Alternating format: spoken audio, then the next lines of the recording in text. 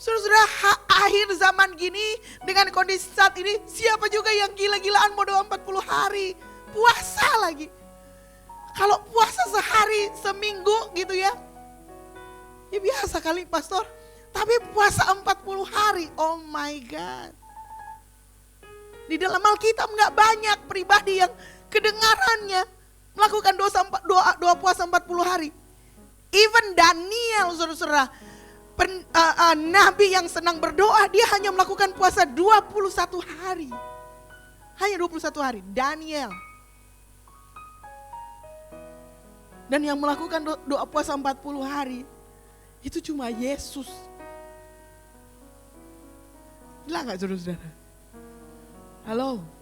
Tapi this is not excuse, hanya Yesus yang bisa melakukannya. Karena saudara-saudara, pesan Yesus sebelum dia naik ke surga adalah bahwa kamu dapat melakukan perkara-perkara yang lebih besar dari yang dia lakukan.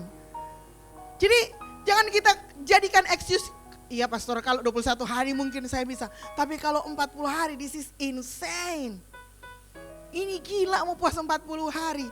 Tapi justru gini saudara-saudara, kadang dalam hidup ini kita perlu sesuatu yang menarik, yang membangkitkan adrenalin rohani kita gitu. Supaya kita keluar dari kebiasaan-kebiasaan atau rutinitas sehari-hari. Sehingga kita cuma mendapatkan hasil yang rutin. Kita perlu mencoba sesuatu yang benar-benar ekstrim, yang radikal, yang menantang jiwa kita, yang menantang hati kita, yang menantang spiritualitas kita untuk masuk ke dimensi di mana kita benar-benar mengalami Tuhan. Saya mewawancara saudara hamba-hamba Tuhan, para pendoa-pendoa, menurut saya punya kelas doa di atas saya. Saya tanya gini, kenapa kok kalian demen banget doa puasa? Apa yang membuat doa puasa itu jadi beda dengan doa-doa yang lain? Bukankah semua doa sama? Mereka bilang sama, maksudnya kuasa doa itu sama. Tapi yang saya rasakan berdasarkan kesaksian mereka gitu ya. Yang mereka rasakan ketika mereka doa puasa adalah mereka punya kepekaan yang berbeda. Mereka jadi peka dengan hadirat Allah. Mereka jadi peka dengan suara Tuhan. Mereka jadi peka dengan tuntunan Tuhan. Is that great? Keren gak saudara-saudara? Kalau kita punya kepekaan yang luar biasa terhadap suara Tuhan dan tuntunan Tuhan. Bayangkan hidup saudara yang benar-benar semua yang saudara lakukan, saudara bisa mendengarkan, saudara, atau paling tidak saudara bisa merasakan bahwa saudara sedang dituntun oleh Tuhan. Wah, itu dimensi kehidupan yang menurut saya kita perlu kejar. Dan kita perlu masuki dengan obsesif gitu ya. Artinya dengan sama seperti, apakah saudara senang menonton film harta karun gitu ya. Ada beberapa orang yang benar-benar terobsesi dengan harta karun. Dan mereka benar-benar melakukan pencarian. Itu ya, sesuatu yang bagi mereka sesuatu yang bernilai, sesuatu yang mahal, sesuatu yang layak gitu ya, yang layak diperjuangkan sekalipun mereka harus menderita, harus melewati lautan, harus bahkan dimakan monster, dikejar sama pembunuh bayaran. Tapi mereka mengejar itu semua gitu ya, dan ketika mereka mendapatkan harta karun itu, mereka kembalikan sebagian kepada negara, lalu mereka sembunyikan sebagian untuk mereka, bagi-bagikan kepada orang lain. Itu di film, saudara-saudara. Nonton filmnya, judulnya National Treasure. Wah, bagus itu filmnya. Bagaimana pencarian mereka gitu ya, yang buat saya melakukan sesuatu yang di luar batas-batas kewajaran. Itu yang akan kita lakukan sesudah tanggal 10 nanti. Kira-kira saudara-saudara bersedia untuk masuk di fase ini? HMCM. Atau cuma pastoral lagi ini mau bakuat 40 hari? Saya lagi nantangin saudara-saudara. Ayo. Tapi pastor, kita bukan tipe orang yang rohani. Justru itu. Bagaimana kalau momen ini engkau akan masuk di doa puasa? Pastor, nanti hari ketiga saya sesak napas gimana? Enggak akan sesak napas. Trust me, justru yang sesak napas akan diberikan kelegaan dalam nama Yesus. Kalau saudara paham tentang doa puasa ini. So, Kita sudah melakukan itu dengan berbagai macam cara. Kita pernah melakukan dengan full puasa. Kita melakukan dengan puasa sebagian. Banyak cara sudah kita lakukan, dan apa yang kita akan lakukan, kita lakukan selama 3 tahun terakhir ini. Kita sudah belajar tentang perkembangan tentang puasa itu sendiri. Dan sampai saat ini saudara-saudara, puasa telah dipakai oleh dunia medis untuk menyembuhkan. Sebuah penelitian tentang yang namanya intermittent fasting telah mengubahkan dunia medis. Itu sebabnya kadang saudara-saudara di rumah sakit gitu ya, saudara dibiarkan, saudara cuma diinfus doang, dokter bilang jangan makan. Sebenarnya saudara sedang dituntun oleh dokter untuk melakukan detoksifikasi untuk puasa gitu ya. Karena pada waktu saudara nggak masuk makanan, saudara punya tubuh diharapkan akan bisa menyembuhkan penyakitnya sendiri.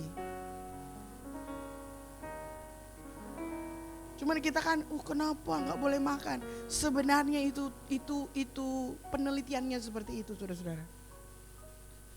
So saya berdoa supaya kita akan semangat mengikuti doa puasa 40 hari ini. Are you ready? Kamu masih punya 10 hari saudara-saudara sebelum tanggal 10. Tapi gini, sebuah tindakan yang nekat, yang obsesif, yang saya bilang kompulsif, di mana sebuah tindakan yang di luar, yang gini, pasti nggak mau dilakukan oleh orang-orang umum. Itu hanya mau dilakukan oleh orang yang agak gila dikit gitu loh. Jalan-jalan yang mau ditempuh oleh orang-orang yang bukan cuma gila dikit sih, gila berat gitu, yang benar-benar ini dia, orang lain pasti nggak mau pilih, tapi dia pilih, itu hasilnya pasti beda dengan yang rata-rata orang mau pilih. Bilang amin saudara-saudara. Matius 6 ayat 33 berkata demikian, tetapi carilah dahulu kerajaan Allah dan kebenarannya, maka semuanya itu akan ditambahkan kepadamu. This is it. 40 hari ke depan saudara-saudara, sejak tanggal 10 Maret, bersamaan dengan minggu-minggu sengsara Tuhan Yesus, kita akan masuk lebih dalam, kita akan mencari dahulu kerajaan Allah dan kebenarannya. Oh wow. Maka semuanya itu akan ditambahkan. Apa semuanya itu? Everything akan ditambahkan kepada sesuatu yang sudah engkau peroleh ketika engkau mencari kerajaan Allah. Say amen saudara-saudara. Mengapa saya suka dengan doa puasa ini? Momen yang saya paling tunggu-tunggu setiap kali kita mau berjalan dalam sepanjang tahun is not Christmas. Saya senang dengan keramaian Christmas, tetapi momen 40 days itu selalu saya excited, apalagi tahun ini Tuhan. Sebenarnya mengapa demikian saudara-saudara?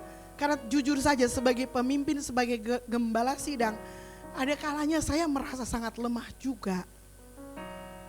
Saya nggak sekuat yang saudara pikir dan saudara lihat. Justru banyak kelemahan yang ada di dalam diri saya gitu, yang harus saya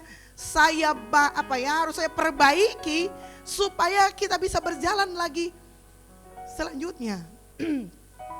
Momen puasa ini bagi saya sedikit emosional saudara-saudara. Karena bagi saya berpuasa 40 hari adalah saat dimana saya meletakkan semua kelemahan-kelemahan saya supaya Tuhan bisa memberikan saya kekuatan yang baru. Itu loh saudara-saudara. Bagi saya itu sangat emosional. Karena selama 40 hari kita akan merendahkan diri kita, meletakkan semua itu yang saya bilang kelemahan diri kita, supaya kita bisa merasakan infus atau injeksi kekuatan yang baru dari Tuhan sendiri. Itu satu-satunya cara.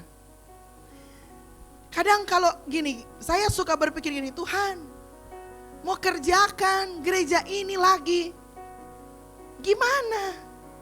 Seperti apa? Kalau saya dengar ini tim pastoral ngomong begini, kita percaya kepada pastor sebagai pengemban visi. Senang dengarnya. Tapi it's not easy for me untuk menangkap maksud Tuhan. Apa yang dimau oleh Tuhan untuk kita kerjakan. Dan rasanya gini, kadang gitu ya, sudah gak kuat lagi mau lakukan pelayanan ini. Tapi kalau masuk di dalam doa puasa, bagi saya ini adalah momen di mana semua yang pikiran-pikiran itu rasa gak kuat, rasa gak pantas, rasa kurang, rasa gak didukung, rasa tertolak, itu diredam dan menerima sebuah anugerah dari Tuhan. Amen, saudara. Sometimes dalam hidup kita overburden. Kita memikul beban-beban yang sudah mungkin di luar batas-batas manusiawi kita. Anak-anak kita,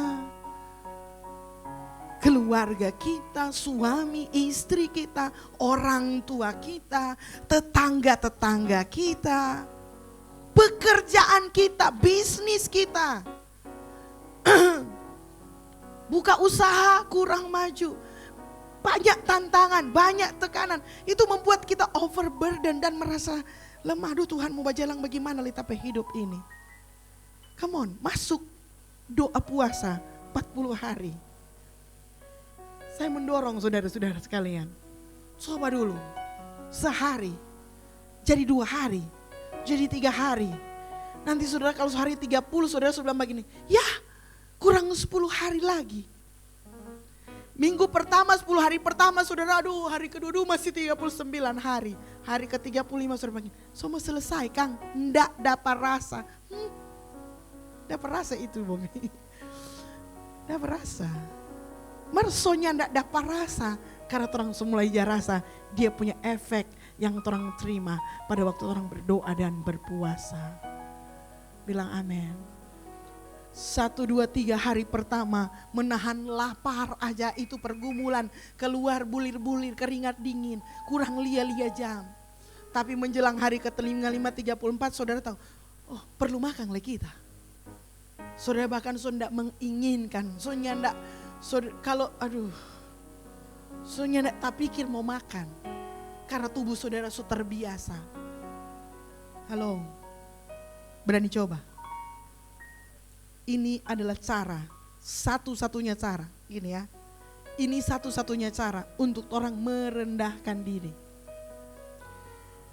Nggak ada cara lain. Berdoa dan berpuasa adalah satu-satunya cara kita dengan sengaja intensional merendahkan diri. Karena di Alkitab bilang gitu ya, ketika kita merendah, Allah akan meninggikan kita. Tidak mungkin kita merendahkan diri dan Allah tidak meninggikan kita, nggak mungkin. Jadi efek supaya kita ditinggikan oleh Allah, memang kita harus dengan sengaja merendahkan diri kita. Melatih diri kita untuk merendahkan diri. Be humble. Merendahkan diri kita dalam segala situasi. Ada sebuah kisah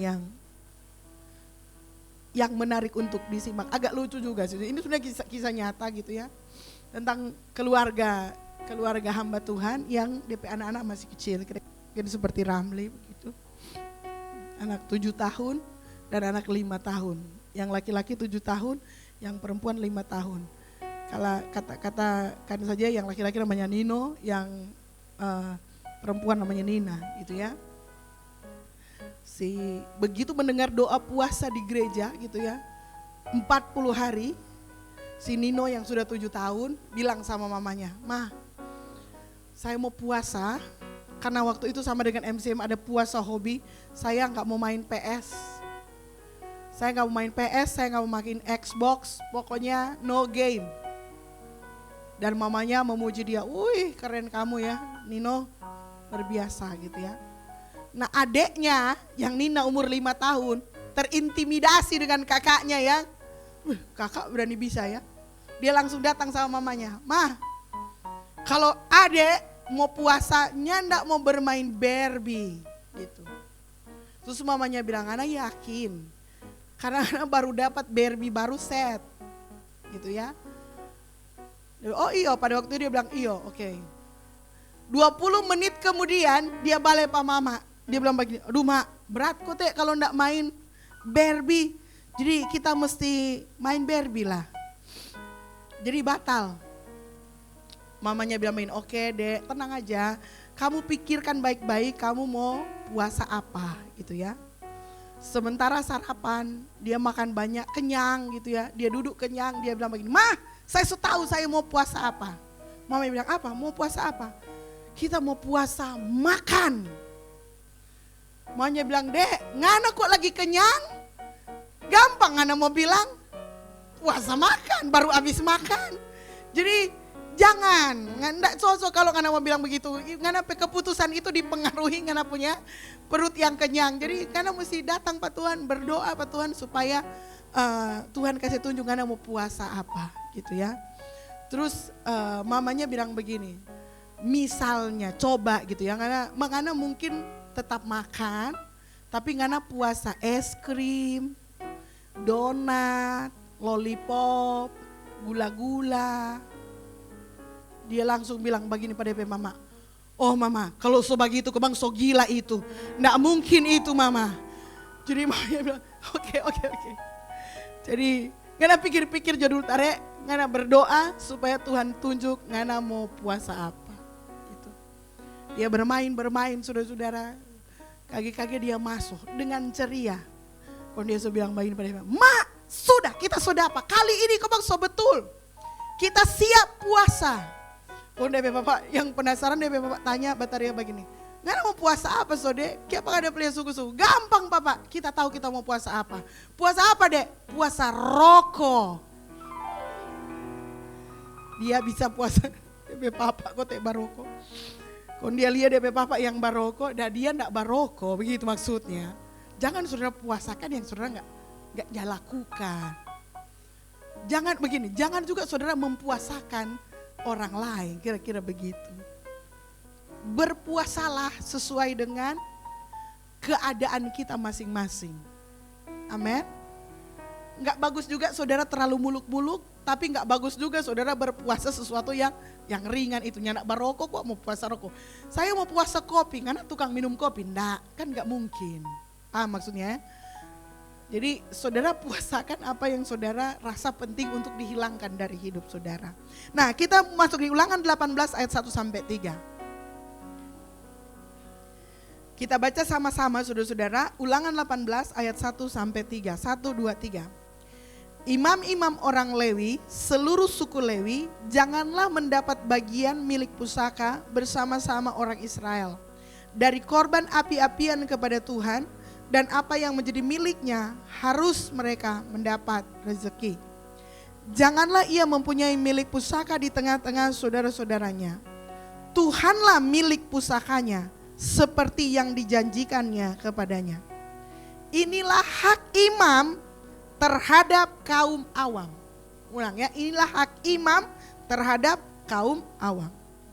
1, 2, 3. "Terhadap mereka yang mempersembahkan korban sembelihan, baik lembu ataupun domba, kepada imam haruslah diberikan paha depan, kedua rahang, dan perut besar." Jadi saudara-saudara, konteks dari Ulangan 18 ayat 1 sampai 3 itu adalah bahwa imam-imam orang Lewi itu satu tidak akan dapat pusaka gitu ya. Pusaka orang Lewi adalah Tuhan sendiri. Kita kira-kira begitu ayat ini bilang.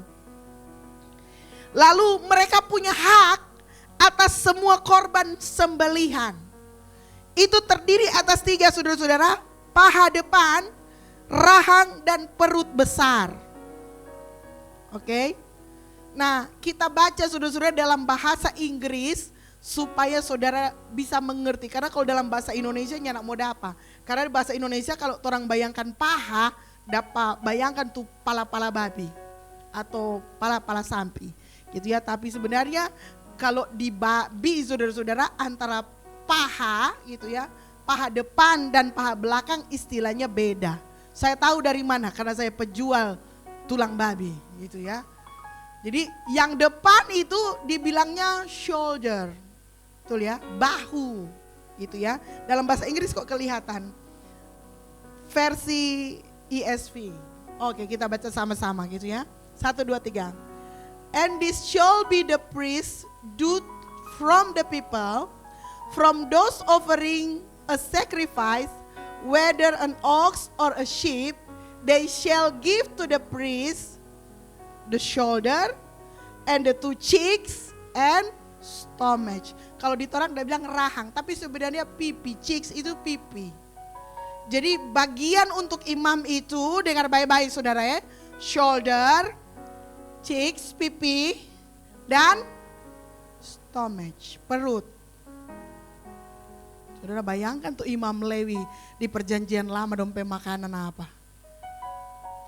Soto terus. Cuma itu hak. Jadi dari semua, bayangkan setiap kali orang potong domba, potong kambing, untung belum ada babi. Tuh imam punya hak itu cuman shoulder, cheeks, and stomach. Tapi dorang gak asam urat ya. Tidak asam urat kan dorang. Saya dari dulu bertanya-tanya, kenapa saya suka semua bagian itu? Mungkin saya keturunan imam sebenarnya. Ya, enggak ya, tapi ini penting, tolong mau doa puasa saudara-saudara. The shoulder, bagian imam, the shoulder, the cheek and the stomach. Shoulder, two cheeks and the stomach. Nah, ingat saudara-saudara, orang ini enggak hidup di perjanjian lama. Orang hidup di perjanjian baru. Which is bukan Lewi lagi imamnya. Siapa imam kita? Yesus. Mari kita baca bersama di Ibrani pasal 8 ayat 1 sampai 3 dan kita lompat ayat 5 sampai 6. Begini.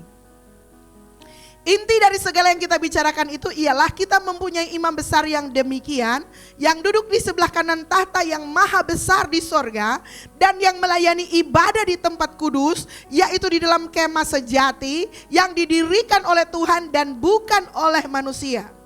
Sebab setiap imam besar ditetapkan untuk mempersembahkan korban dan persembahan, dan karena itu Yesus mempunyai sesuatu untuk dipersembahkan. Pelayanan mereka adalah gambaran dan bayangan dari apa yang ada di sorga, sama seperti yang diberitahukan kepada Musa ketika ia hendak mendirikan kemah. Ingatlah, demikian firman-Nya, bahwa engkau membuat semuanya itu menurut contoh yang telah ditunjukkan kepadamu di atas gunung itu.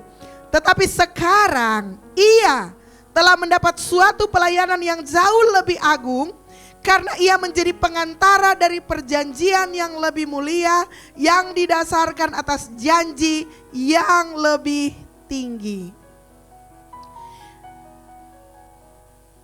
Ayat 5 bilang gitu ya, pelayanan mereka adalah gambaran dan bayangan dari apa yang ada di sorga dan seterusnya.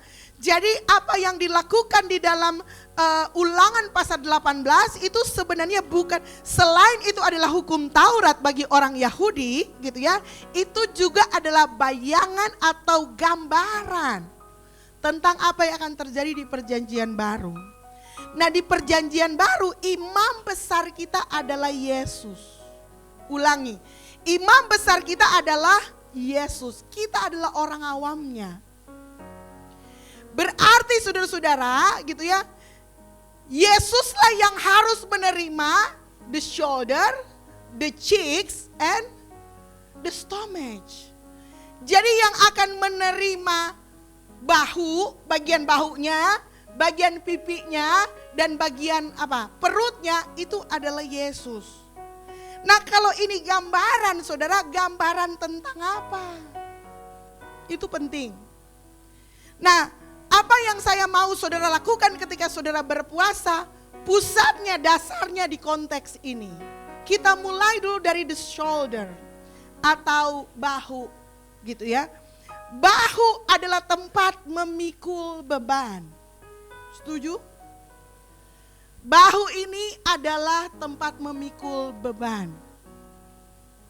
Itu alasannya para pria dikasih bahu yang lebih lebar. Karena mereka diharapkan bisa memikul beban yang lebih berat. Zaman saya SMP SMA ada lagu yang sangat terkenal, gak tahu yang seangkatan dengan saya pasti ingat. Yang nyanyinya itu namanya Tommy Page. Cuman itu lagunya, ya Jem ya, gak ada lagu yang lain. Judul lagunya gini, A Shoulder to Cry On. Cie. Bagi seorang gadis remaja yang lagi mau jatuh cinta, memang betul-betul membutuhkan shoulder to cry on. Bahu untuk kalau terang menangis dan ada tumu begini akan. Berbahagialah bapak-bapak yang kalau istrinya menangis masih dia pakai bapak pebahu. Maka kalau bapak pebahu ibu sunya tidak pakai berarti ibu itu luar biasa, saudara-saudara. Kasih tepuk kamu luar biasa. Tak tahu siapa tuh sudah dia menangis di bahu. So, shoulder itu melambangkan beban. Sama-sama bilang beban. Beban kehidupan. Nah, menurut peraturan perjanjian lama yang diterapkan dalam perjanjian baru, ketika kita berdoa gitu, yang harus kita persembahkan kepada imam kita adalah beban-beban kita. Pesan firman Tuhan hari ini, stop pikul-pikul beban itu sendirian. Itu bagiannya imam, jangan jamakan bagian imam. Itu ada kaitannya, makanya Yesus bilang begini, marilah kepadaku semua yang letih lesu dan yang berbeban berat. Kalau saudara berbeban dan tidak berat, ya nggak usah datang sama Yesus. Tapi kalau saudara berbeban dan itu saudara rasa berat, heavy, weight of burden, saudara mesti datang kepada Yesus. Saudara diajak datang kepada Yesus, marilah kepadaku semua yang letih, lesu dan berbeban berat, aku akan memberikan kelegaan kepadamu. Saya nggak tahu hidup saudara akhir-akhir ini, apakah saudara punya beban yang berat atau tidak? Tapi rasanya sih di antara kita semua, kita pasti punya beban yang berat. Tanggung jawab melindungi keluarga, tanggung jawab usaha, tanggung jawab pekerjaan, tanggung jawab moral untuk anak-anak dan cucu-cucu kita. Mendoakan siapa yang mau kawin sama anak kita aja itu beban. Adakah di antara kita yang ingin anaknya kawin dengan orang yang salah? Apalagi kalau saudara kawin dengan orang yang salah, itu akan menjadi pergumulan nomor 1 saudara. Supaya yang saudara alami, nyanak mau jadi saudara punya anak, betul enggak? Mendoakan siapa yang mau menikah dengan anakmu aja bebannya berat. Ongkosi mereka kuliah berat enggak ibu-ibu? Halo? Yang kuliahnya di swasta, yang di negeri aja berat. Apalagi di swasta, ngongkosin mereka aja udah seberatnya kayak gitu. Mikirin orang mau menikah dengan siapa, memikirkan masa depan mereka itu sesuatu yang berat loh saudara-saudara. Mungkin karena saya di fase itu kali ya. Anak saya sudah mulai membesar semua. Takut saya dapat bantu yang salah. Papanya gak pernah pukulin mereka, mamanya sering. Itu beban, berat. Mikirin pelayanan. Dulu cuma satu gereja, gak banyak pikirannya. Ada di sini semua, orangnya baik-baik semuanya. Jarang ada saya dengar jemaat MCM penjahat, gak ada baik-baik semuanya. Sekarang kita buka cabang, kita beranak gerejanya. Kita ada buka di desa, kita ada buka di kota. It's a burden.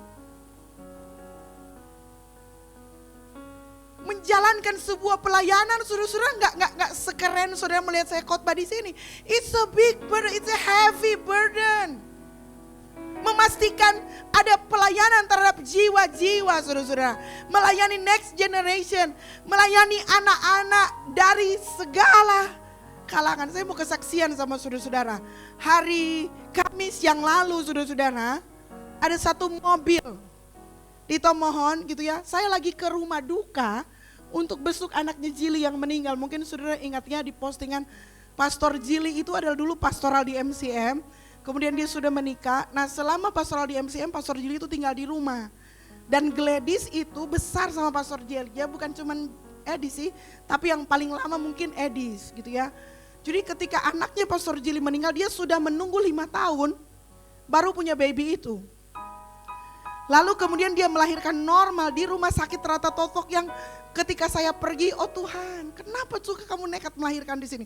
Tapi dia melahirkan normal. Saya lihat anaknya sehat gitu, jadi saya pergi, intinya kemudian anaknya meninggal. Dan saya mesti pergi untuk menguatkan Pastor Jili dan suaminya gitu ya. Di rumah duka saudara, saya lagi ngomong, Pastor Jili lagi pelukan, ini kebetulan jadi bahu cie. Jadi dia nangis, saya juga nangis juga, sedih juga saudara, anak cowok gitu ya. Sehat kelihatannya, sampai namanya saya bantu desain, semuanya saya sampai sudah kasih pengarahan mendidik anak laki-laki seperti ini walaupun saya gak punya. Saya memang gak punya anak laki-laki saudara-saudara, tapi saya pengen punya anak laki-laki. Jadi sebelum saya punya anak perempuan semua, ternyata saya sudah belajar literatur tentang bagaimana mendidik anak laki-laki. Ternyata gak dapat kesempatan. Jadi ilmu itu saya kasih untuk jemaat-jemaat gitu ya. Saya sharing, ternyata gak dapat. Nah, in the middle, dalam suasana duka lagi dipeluk sama Pastor Jili, saya dapat telepon dari mami saya. Biasanya mami saya kalau telepon sekali aja, kalau saya nggak angkat dia nggak akan telepon lagi. Ini sebelum kok mami telepon, maksudnya ada di suasana duka. Apa kenapa? Karena tante saya lagi dirawat di rumah sakit Kano. Pikiran saya, udah jangan-jangan tante saya ada masalah. Dia telepon gini, enggak saudara-saudara. Mei, itu mobil MHK ada di depan rumahnya mami. Kita bilang, oh apa biasa aja, maksudnya Kong. Ada kawanan OVU. Tahu OVU ya saudara-saudara? Lebah.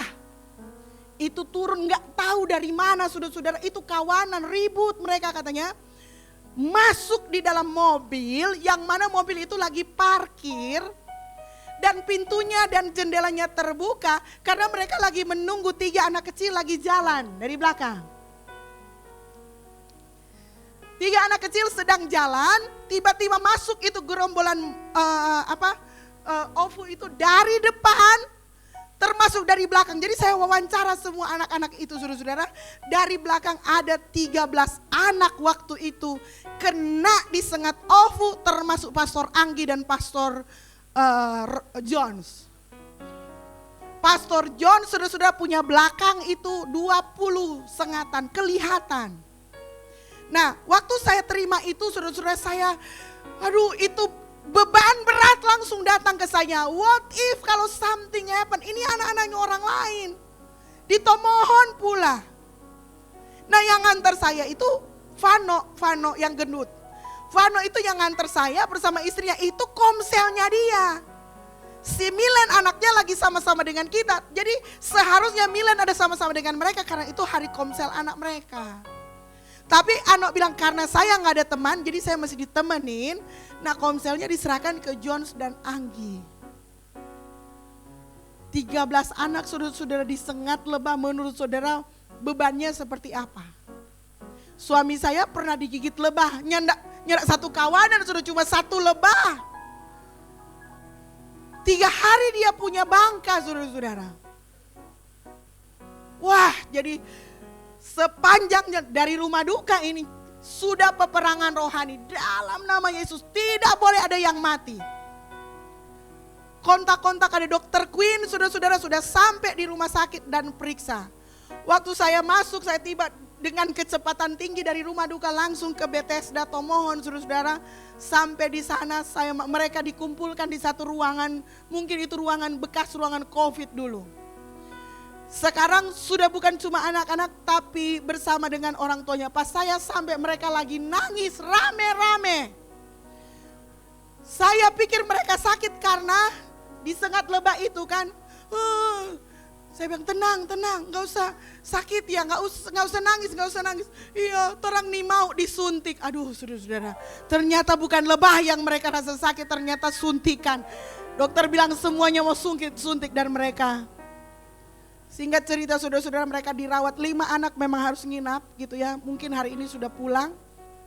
4 ada BPJS, 1 gak ada BPJS. Yang 1 gak ada BPJS ini namanya Vincent. Sorry Vincent ya, nama kalian memang sama. Dan dia yang paling kecil.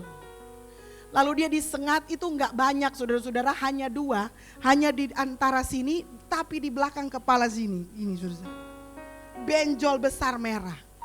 Waktu semua lagi nangis itu saya lihat dia tiduran gini. Aduh kan ini siap dia sudah tidur sini. Nggak ada perawat masalahnya di IGD, saking banyaknya mereka di situ. Jadi saya raba kepalanya, itu dia lagi tidur saudara-saudara, demam tinggi bakal keluar keringat dingin. Kita langsung bilang Pak Queen juga lagi mata PT, jadi dia merawat anak-anak pakai kacamata hitam. Aduh luar biasa itu hari itu. Lalu kemudian Queen bilang, Queen ini kayaknya anak, maksudnya dia demam. Jadi langsung karena ada Queen dokter di situ, jadi penanganannya lebih cepat. Singkat cerita, disuntiklah anak itu. Disuntik anak itu, habis suntik sudah dia muntah. Kita pikir mungkin cuma karena takut. 10 menit kemudian dia muntah lagi. Sampai 3 kali muntah, saya ada di situ. Saya sudah bilang, Queen bagaimana ini? So nggak ada kesempatan untuk mau cari di Google kenapa dan lain-lain sebagainya. Dan saudara tahu itu Vincent adalah jiwa baru. Anak yang baru pertama kali hadir diajak sama teman yang lain. Saudara berasa bebannya mulai sesek. Bukan soal berapa rupiahnya saudara-saudara, tapi dia jiwa baru. Dalam hati saya, oh Tuhan ini anak orang lain baru pertama kali datang MK langsung diserbu sama OVO. Saya tanya kabarnya Vincent hari ini. Puji Tuhan dia katanya mungkin besok sudah bisa pulang. Tapi memang sejak itu sudah doa nggak henti-henti. Coba kalau untung, apa saya bilang untungnya? Karena yang gigi itu bukan opu patirukan, bukan ban kuning, tapi opu madu biasa. Yang sarangnya mungkin lagi dibongkar sama orang, terus orang keluar datang dari hutan mana tiba-tiba masuk di mobil, menyerang semua anak-anak kita. It's not easy saudara-saudara di dunia penggembalaan ini. Kalau sesuatu terjadi dengan anak-anak itu kita nggak tahu mau seperti apa. Mau salahkan OVO saudara-saudara. Nggak bisa, itu adalah beban dalam diri kita yang kita nggak bisa cuma mau bilang bagin Tuhan apa ini yang terjadi. Yang harus kita eksekusi di lapangan sambil berdoa supaya mujizat terjadi, anak-anak ini sehat selamat pulang ke rumah. Katakan amin. Itulah beban yang berat, contoh beban yang berat. Yang perlu kita pikul. Mungkin yang bukan perlu kita pikul, yang sudah kita pikul, yang perlu kita serahkan kepada Imam Agung. Karena itu adalah haknya Imam Agung. Amin. Jangan sok lebih kuat dari Imam Agung guys. Kalau saudara punya beban yang berat, sehari ini juga saudara-saudara langsung serahkan kepada pengantara kita Imam Besar Agung, yaitu Yesus Kristus. Karena dia berjanji, dia akan memberi kelegaan kepadamu. That shoulder. Yang kedua saudara-saudara, cheek. Pipi. Masih ingat saudara-saudara kalau pipi di Alkitab tuh cerita tentang apa? Barang siapa menampar pipimu yang satu, berikanlah pipimu yang lain.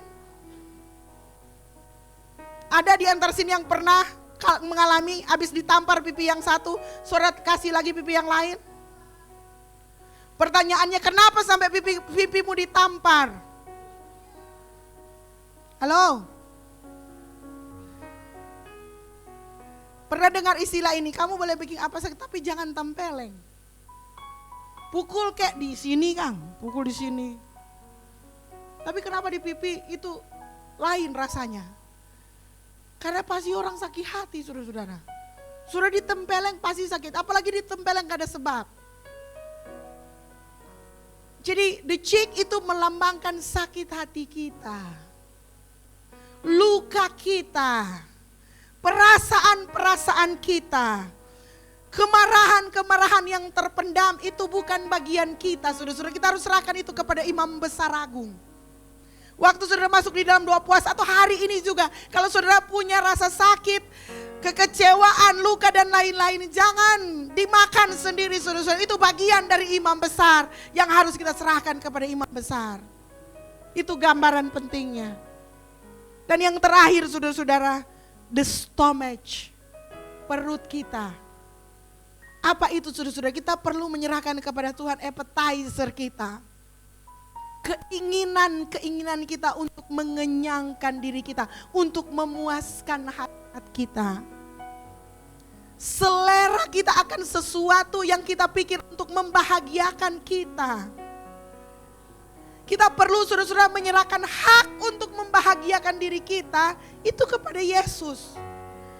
Bukan berarti kita tidak akan bahagia, tetapi ketika kita menyerahkan kebahagiaan kita itu, rasa ingin membahagiakan diri kita sendiri itu kepada Yesus, justru kita akan diberikan kebahagiaan yang sejati. Amin. So, the stomach itu berbicara soal our appetizer of things, selera kita untuk menyenangkan diri kita, untuk membahagiakan diri kita. Itu juga kita perlu serahkan kepada Tuhan. No wonder saudara-saudara ketika kita menyerahkan beban kita, sakit kita, bahkan nafsu kita kepada Tuhan, kita pasti akan jadi lebih peka lah kepada Tuhan. Kita akan bisa dengar arahan-arahan Tuhan dengan jelas. Tapi betapa ruginya kita kalau kita masih makan itu sendiri sekarang. Kita masih pikul beban itu sendiri. Kita masih menanggung rasa sakit. Dan kita masih mengejar sesuatu untuk memuaskan diri kita sendiri. Ayo bawa sama Tuhan. Are you okay with that? Ada amin dengan hal itu. Selama 40 hari nanti saudara-saudara akan ada rules. Tapi rules ini adalah rules bersama. Saudara bisa buat saudara punya rules sendiri. Saudara bisa buat komitmen saudara sendiri. Yang saya maksud ini adalah bagaimana saudara mulai mengalami perjalanan rohani yang kompulsif. Yang berbeda dari pengalaman-pengalaman saudara sebelumnya. Tahun sebelumnya saudara-saudara, saya menantang jemaat, saya selesai baca Alkitab dalam waktu 40 hari. Sekarang sudah ada Alkitab audio. Saudara pasti akan menemukan sesuatu di dalamnya. Kalau kita bisa menangkap gambaran besar Allah untuk kita sekalian. Mari kita berdoa.